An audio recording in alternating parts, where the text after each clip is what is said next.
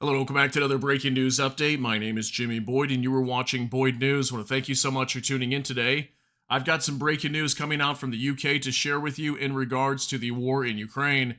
We've got information that the UK's new Prime Minister, this is him right here in the photo, his name is Keir Starmer, and he has come out and announced that Ukraine has permission to strike deep inside Russian territory using the British Storm Shadow missiles that are currently supplied to Ukraine.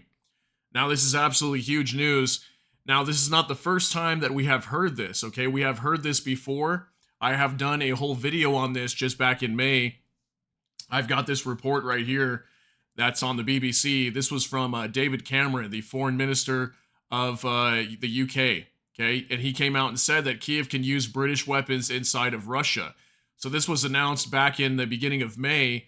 And again, I did a whole video on this talking about that Ukraine could be using these if they wanted to. Now, we haven't seen Ukraine do this, and maybe they weren't actually given the permission. Maybe it was just more of a statement coming from David Cameron, not necessarily an actual permission that was being given to them. Okay, but the fact that we now have the prime minister saying that Ukraine can now strike deep inside Russian territory using British Storm Shadow missiles, this more likely to me tells me that this is coming very soon. And Ukraine is most likely going to start striking targets because right now we know that Ukraine is just itching to be able to do this. We just had that deadly attack a couple days ago inside of Kiev on the children's hospital, the Okhmadit Children's Hospital, where we had like 40 people, I believe, that were like killed and hundreds that were wounded. So very massive attack onto Kiev, the capital of Ukraine. And they want to be able to strike back at the Russian, warplanes that are firing these missiles, dropping glide bombs all over their territory. Okay, I've done multiple reports talking about that. That Russian fighter bombers launch sometimes upwards of 1,000 of these glide bombs per week, and I've showed you guys video footage on that as well. These glide bombs are very devastating. They're hard to shoot down, hard for air defenses to detect.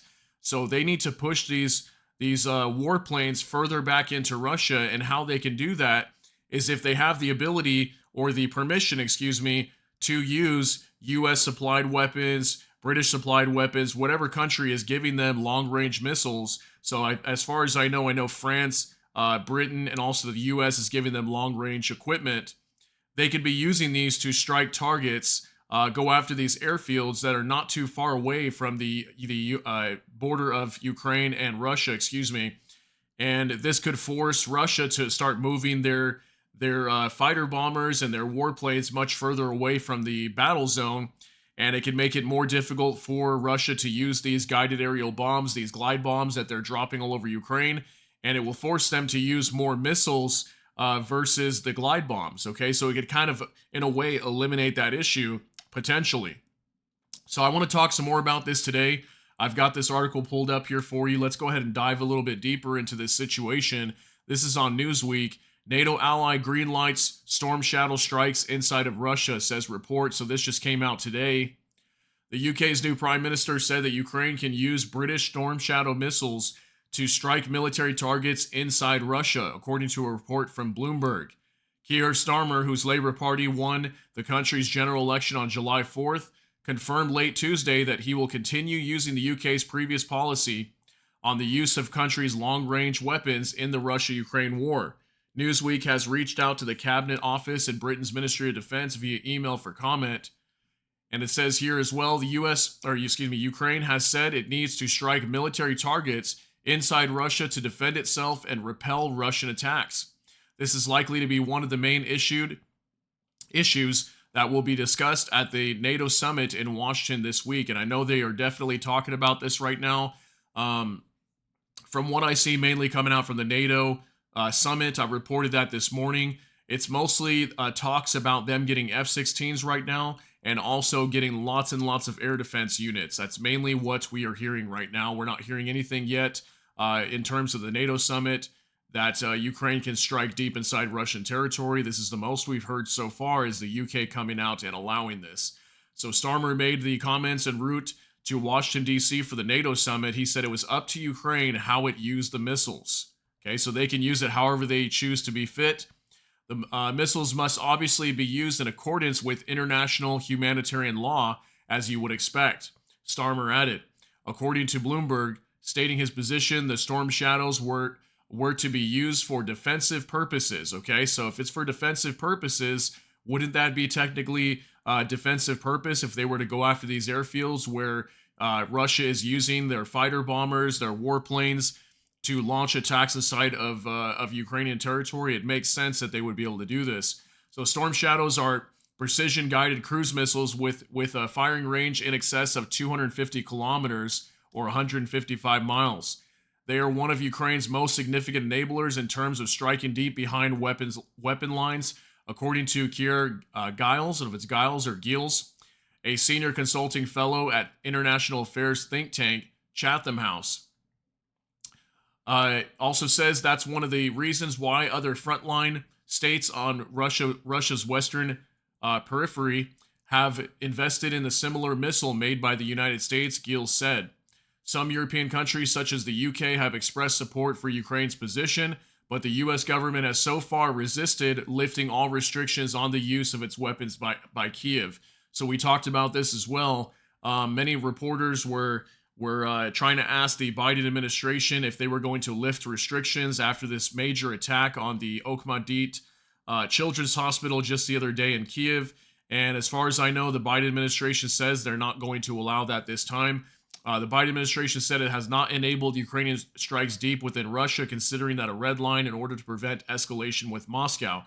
And also, the remarks are the first time Starmer has committed his new administration to the policy following his election victory last week.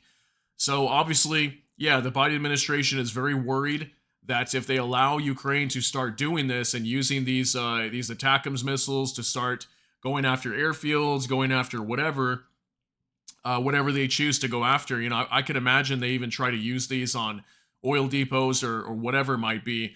Their drones have been very effective at doing this recently. We just had a major attack in Russia just the other day that I reported on. But I could imagine the damage they could do with these ATACMS, and that's mainly what Volodymyr Zelensky is pushing for right now. The president of Ukraine is he's trying to get the United States to allow him and his army to start striking deep inside of Russian territory with U.S. supplied ATACMS missiles. Okay, if they can do that, they can easily start pushing back the Russian Air Force and make it very difficult for them to go out to start launching these guided aerial bombs into their territory, which right now is completely devastating Ukraine. Okay, the entire front line is being hit with these guided aerial bombs every single day. Okay, we're talking potentially hundreds every single day, and they're very, very powerful. Okay, Russia's got some that are like 1,500 kilograms. They've got some that are 500.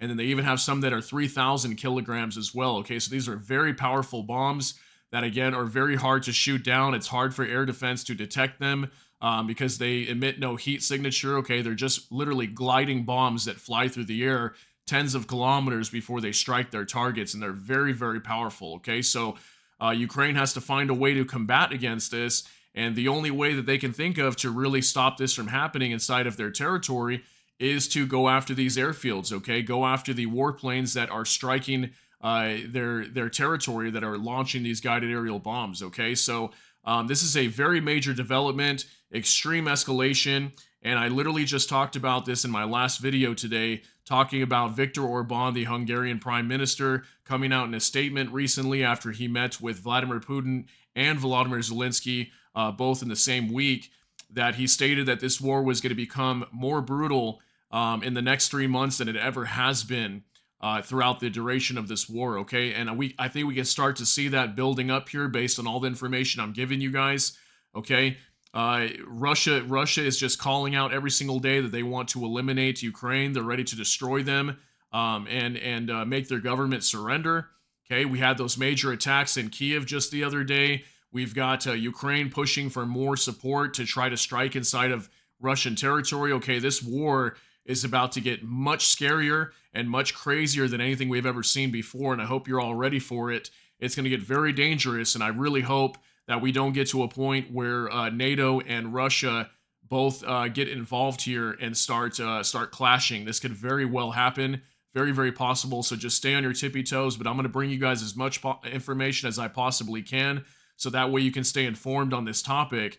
So I want to thank you so much for being here today. Thank you for tuning in for this video. If you got something out of this, please smash that like button. Also, if you enjoy my content, please consider subscribing down below. Hit the notification bell. That way YouTube can notify you. And with that, I hope y'all have a great day. Everybody take care and God bless. And we'll see you in the next one.